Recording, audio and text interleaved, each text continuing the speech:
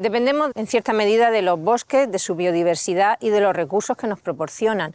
Por tanto, la degradación de las masas forestales y la deforestación, entendida no solo como la pérdida del dosel arbóreo, sino en general, en un concepto un poco más amplio, como la destrucción de la cubierta vegetal, es un fenómeno alarmante que se está incrementando, por desgracia, en los últimos años.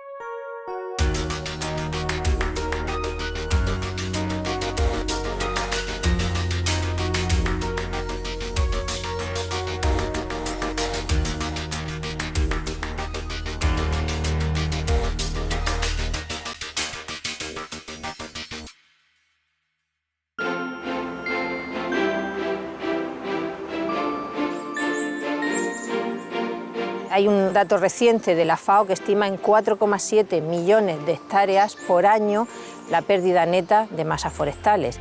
Otro dato a tener en cuenta es que 100 millones de hectáreas en todo el mundo están afectadas por diversos procesos de degradación, como son, por ejemplo, las sequías, los eventos climáticos extremos, la erosión, los fuegos, plagas, enfermedades, etcétera, lo cual pues, es un dato bastante alarmante. Entendemos por deforestación el resultado de todos aquellos procesos que conllevan una pérdida de la superficie forestal.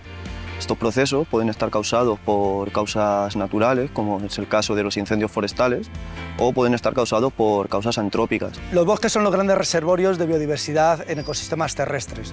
Podemos pensar que aproximadamente el 72% de los anfibios viven en bosques, el 68% de las especies de aves y aproximadamente un 48% de las especies de mamíferos. La eliminación de la cubierta vegetal provoca una enorme pérdida de biodiversidad de plantas, animales y microorganismos. Además, hay un importante efecto en las condiciones climáticas, ya que se dejan de amortiguar los cambios de temperatura, con lo cual estos son mucho más bruscos. Los bosques ocupan en torno a unos 4.000 millones de hectáreas y producen una media anual de 4.000 millones de metros cúbicos. El 50% de la producción sirve para abastecer las líneas de primera transformación de la madera y de la pasta de celulosa. Y el otro 50% se utiliza como combustible o se quema durante el proceso de extracción, fundamentalmente en los países tropicales. Aunque la tasa de deforestación ha bajado en el último quinquenio, todavía sigue siendo muy elevada. Estamos hablando de en torno a unos 10 millones de hectáreas anuales. Las causas de la deforestación son evidentes y están relacionadas con el incremento de la actividad humana. Por ejemplo, la alta demanda de suelo para actividades agrícolas o ganaderas intensivas, el sobrepastoreo, las malas prácticas agrícolas no sostenibles o la construcción de infraestructuras para urbanismo, la expansión de las ciudades o la artificialización de las cuencas.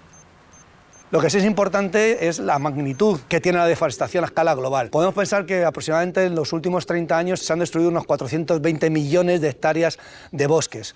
Eso viene a representar aproximadamente 1,5 veces la superficie de Argentina. Un evento, una perturbación que puede degradar los bosques o que en el caso extremo puede conducir a la deforestación, hay diferentes estrategias que permiten su recuperación.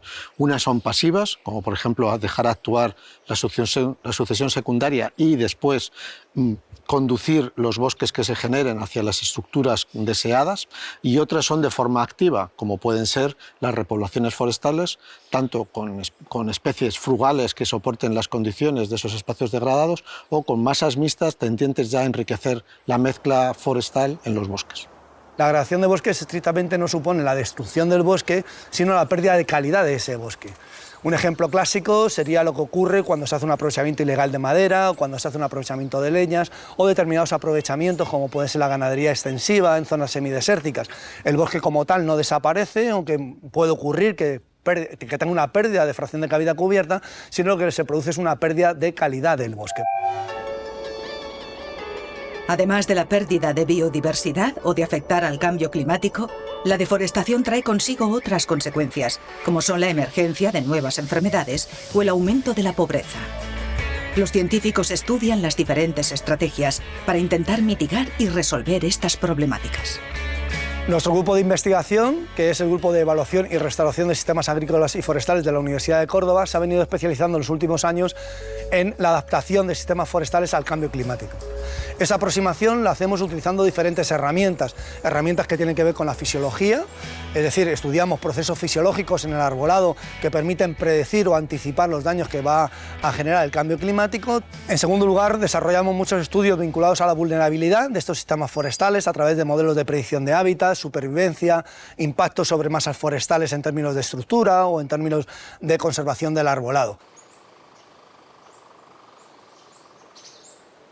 En el caso de mi grupo de investigación, principalmente estamos desarrollando actividades de análisis del impacto de lo que serían las especies exóticas en la diversidad, y también estamos trabajando con el impacto del fuego. Hemos seguido algunos de los mayores incendios que han ocurrido en Canarias en los últimos 20 años y hemos visto cómo la recuperación es automática en la mayoría de estos sitios. Solamente zonas muy particulares con otro tipo de problemáticas son en las que podemos decir que el fuego se convierte en un problema. Mi trabajo se centra, por un lado, en el estudio de la biodiversidad taxonómica y funcional de los microorganismos de la rizosfera, del microbioma de la rizosfera, en concreto de los determinados hongos formadores de micorrizas y las poblaciones bacterianas. Sobre todo estudiamos los cambios que se producen en las comunidades microbianas de la rizosfera en respuesta a distintas situaciones de degradación vegetal, de degradación ambiental, como pueden ser erosión o sequía, niveles elevados de CO2 o situaciones de explotaciones mineras intensivas. Por otro lado, desde un punto de vista más práctico, lo que intentamos es manejar las interacciones planta-microorganismo, con el fin de favorecer el desarrollo de la cubierta vegetal en acciones de restauración vegetal.